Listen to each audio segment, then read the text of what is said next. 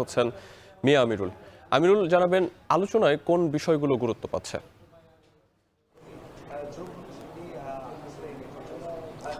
শাহাব, আপনি জানেন যে প্রায় এক মাস পরেই মূলত নির্বাচন কমিশন তফসিল দিতে যাচ্ছে। এরই অংশ হিসেবে বলা চলে এবারের সংসদ নির্বাচন ঘিরে প্রথম আন্তঃমন্ত্রণালয় যে বৈঠক সেটি করছে নির্বাচন কমিশন সচিবালয়।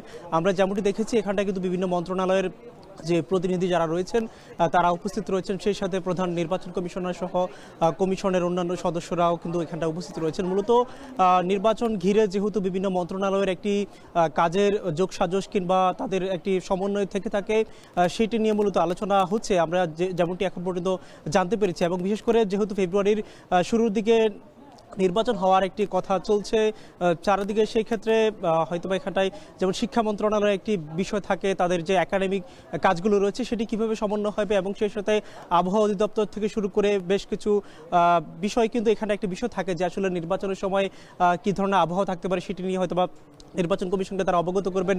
এবং একই সাথে স্বরাষ্ট্র মন্ত্রণালয়ের কিন্তু প্রতিনিধি যারা আছেন তারাও নিশ্চয়ই কিন্তু নির্বাচন কমিশনের যে আইন শৃঙ্খলা যে বিষয়গুলো থাকে সেগুলো নিয়ে বেশ করে অবহিত করবেন। এবং একই সাথে যেহেতু ভোট কেন্দ্র প্রস্তুতের একটি বিষয় থাকে, সবার একটি সমন্বয়ের জায়গা থাকে, সেই ক্ষেত্রেও কিন্তু মূলত কথা উঠেছে। এবং একই সাথে আপনাকে আরও একটি তথ্য জানাতে চাই যে কিছুক্ষণ আগে আমরা দেখেছি যে নির্বাচন কমিশনের যে প্রতীক তালিকা রয়েছে সেটি বলা চলে সেখানটা আমরা শাপলা কলি একটি প্রতীক দেখতে পেয়েছি, হয়তোবা সেটি এনসিপিকে দেওয়া হতে পারে, আমরা কিন্তু সেটি জানতে পেরেছি। এবং একই সাথে যদি সব মিলে বলি,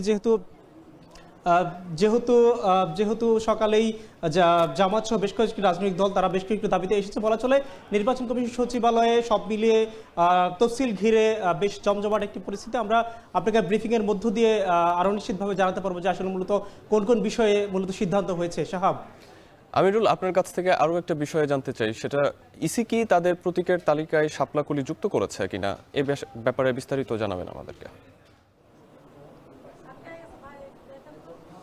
সব নিশ্চয়ই আমরা কিছুক্ষণ আগে দেখেছিলাম শাপলাকলি যুক্ত করা হয়েছে। 102 নম্বর তালিকা রয়েছে, তালিকার যে নির্বাচনের যে প্রতীকের তালিকা রয়েছে সেখানটায় আপনি জেনে থাকবেন যে এর আগে যে প্রতীকের তালিকাটি ছিল সেখানটায় বলা ছিল প্রায় 50টি প্রতীক যুক্ত করা হলেও শাপলা নিয়ে একটি ধোঁয়াশা ছিল। এবং এনসিপির পক্ষ থেকে কিন্তু বারে বারে বলা হয়েছিল, এবং তারা বলা চলে প্রায় 10 থেকে 15 বারের বেশি সময় তারা কিন্তু নির্বাচন কমিশনে এসেছিলেন এবং বারে বারে তারা দাবি জানিয়েছিলেন।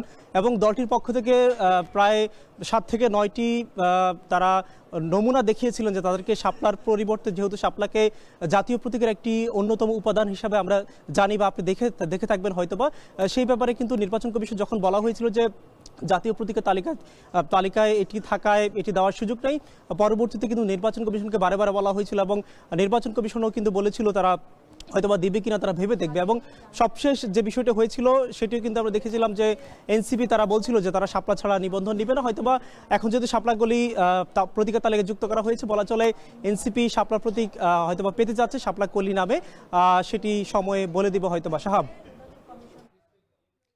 প্রতীকের শাপলা প্রতীক যুক্ত করা নিয়ে কথা বলছিলেন, আর আমাদের সঙ্গে ইসি সচিবালয় থেকে যুক্ত ছিলেন আমিরুল।